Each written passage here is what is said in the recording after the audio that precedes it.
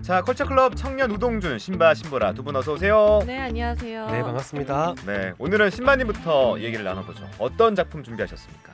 네, 국내 정세도 혼란하기 그지없지만 네. 이제 미국도 트럼프 대통령이 본격적으로 행보를 시작하면서 대혼란이 시작되었습니다.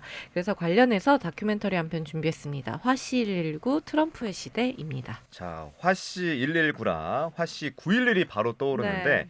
이 9.11 테러 사건의 이면을 다룬 다큐멘터리로 큰 화제를 모았었잖아요. 연관이 있습니까?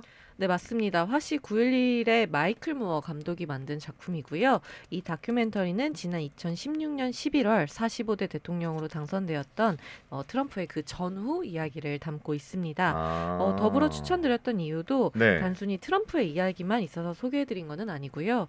다큐멘터리를 보면서 약간 한국의 정치 상황과 좀 비슷한 면들이 영상 내에 보이면서 현재 우리가 곱씹을 만한 것들이 계속 생각이 나서 소개를 한번 드려보려고 합니다. 네, 그러니까 트럼프 2기는 아니고 네. 트럼프가 처음 공화당 대통령 후보로 지명이 돼서 한창 캠페인에 이제 그 활동을 하던 네, 그 맞아요. 시점에서 이야기가 시작됩니다. 벌써 한 8, 9년 전의 얘기잖아요. 그렇죠? 맞아요. 일단 다큐멘터리는요. 2016년 11월에 힐러리 클린턴과 도널드 트럼프의 대선 구도를 보여주면서 시작을 하는데요. 네. 그 모두가 힐러리의 승리를 예상을 했었고 그 누구도 도널드의 승리를 예측한 이는 없었습니다. 심지어 도널드 트럼프 스스로도요. 근데 이제 스스로 단순히 대중의 관심과 흥미를 끌기 위해서 대선 출마를 했다라고 이야기를 했는데 그 말은 사실 자기가 대통령에 당선되겠다라는 생각이 없었다라는 뜻이기도 한데 네. 굳이 이제 트럼프의 승리를 예측했다라고 하면 이 마이클 무어 감독과 애니메이션 심슨만 도널드 트럼프가 이제 승리할 것이다라고 예측을 했었습니다. 당시에 이제 그런 얘기들이 좀 돌았었죠. 맞아요. 다들 트럼프가 당선될 거라고는 생각을 못했는데 말씀하셨지만 이 트럼프 본인도 네. 어색했던 표정이 기억이 나거든요. 맞아요. 이제 당선 축하 자리에 딱 나왔는데 참모진을 비롯해서 트럼프 대통령 모두 약간 떨떠름한 이게 무슨 일인지라는 그런 표정이 화제였습니다. 그리고 네. 그 자신도 당선된 이후에야 내가 대통령을 해보아야겠다라는 생각을 했다고 하는데요. 하지만 여기서 우리가 알아둬야 할 것은 단순히 트럼프가 쇼맨십이 좋아서 당선되었다는 것은 아니다라는 사실입니다.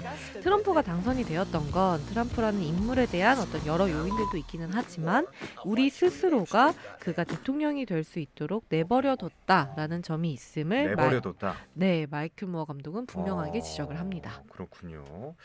자, 분명히 문제가 많은 인물인데 제대로 검증하거나 따지지 않고 어물쩍 넘어갔다 이런 말씀이세요. 네. 특히 언론의 책임을 좀 꼬집는 부분도 있죠. 네, 맞습니다. 이를테면요, 트럼프가 후보일 시절 혹은 그 이전보다 쇼 프로그램에서 막말을 일삼던 시절에 후보일 때 그와 대결을 치렀던 힐러리에게 대한 언론사의 책임을 묻는 장면이 나옵니다. 트럼프와 비슷한 남성 인사들이 방송국에는 여전히 존재하고 있다라고 이야기를 하는데요.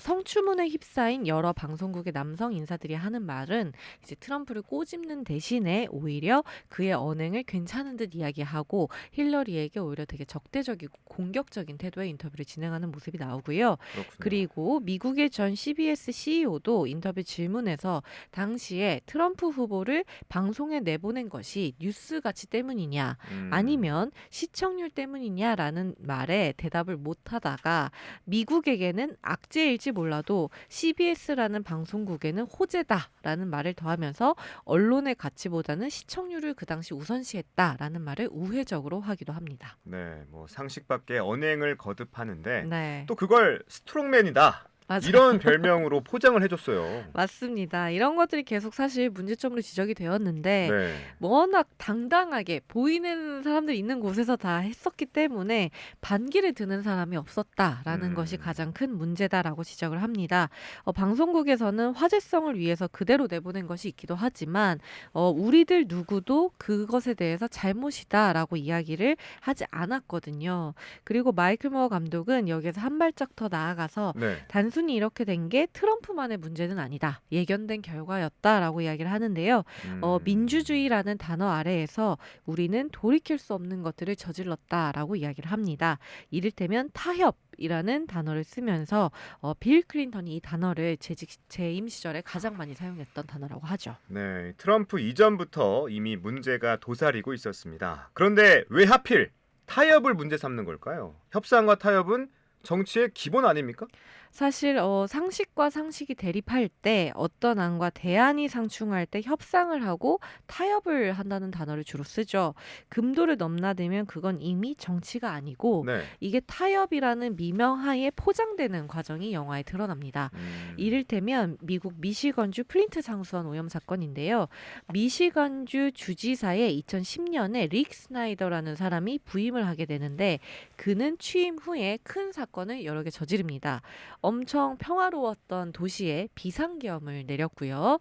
그리고 상수도로 연결되는 호스를 깨끗한 호수에서 산업하수로 오염된 강으로 바꿔서 그 지역에 살고 있는 많은 흑인 주민들이 납중독에 걸리고 병에 사망하게 만들었습니다. 사실 이 미시건주에 있었던 사람들 중에 80% 정도가 흑인 네네. 주민이었고 2% 정도가 백인 주민이었는데 이것을 그렇다 보니까 인종청소라고 불릴 정도로 이런 식으로 진행을 했는데 근데 웃긴 건요. 네. 자신이 선거 자금 후원을 받았던 기업이 이 상수도 자원을 바꾸면서 이제 자신의 공장 납품하는 부품이 녹슬기 시작하자 이걸 문제 제기를 했어요. 그랬더니 이 주지사가 이 공장에 들어가는 상수도 호수는 깨끗한 호수로 변경해주고 여전히 주민들을 상수도로 쓰는 호수는 계속 이 오염된 강을 상수도 원으로 지정했다는 것도 큰 문제였습니다. 그래요? 그래서 이때 이 사건을 확인하고자 버락 오바마 대통령이 이 지역을 방문하게 됩니다. 그래서 많은 흑인 주민들은 네. 어쨌든 오바마 대통령이 이것에 대해서 좀 올바른 결정, 이를테면 재난지역 선포라든지 뭐 이런 걸로 생활이 나아질 줄 알았는데 네. 도리어 그는 이곳에서 물 한 잔만 달라. 라고 이야기를 하고서는 그 물을 입에 대는 신용만 하고 안전하다라는 식으로 하고 떠나버려서 어허. 오히려 공화당 소속이었던 주지사를 도움 주고요. 주민들에게 많은 실망을 안기는 모습이 나옵니다. 네, 자 실정과 오판, 무능과 탐욕, 아집이 엄청난 피해를 초래했는데 환부를 있는 대로 드러내고 도려내는 대신에 정치적 부담을 더는 데 관심이 더 컸던 것 같습니다. 오바마 대통령조차 말이죠. 이건 좀 타협이라 보기 어렵겠죠. 네, 사실 아까 말했듯이 빌 클린턴이 이 타협이라는 단어를 가장 많이 사용했다고 했는데요. 공화당이 많은 선거 자금을 얻자 민주당이 점차 공화당처럼 행동하기 시작했던 점을 꼬집습니다. 네. 이를테면 빌 클린턴 시절에 매우 많은 규제를 철폐를 하고 그리고 빈곤층의 복지를 없애는 듯한 행보를 보였는데요. 이에 따라 진보 엘리트 혹은 뉴욕타임스 같은 언론도 사회운동을 최소화하자라는 이야기로 가득 차게 됩니다. 네. 또한 이제 민주당의 경선도 마찬가지인데요.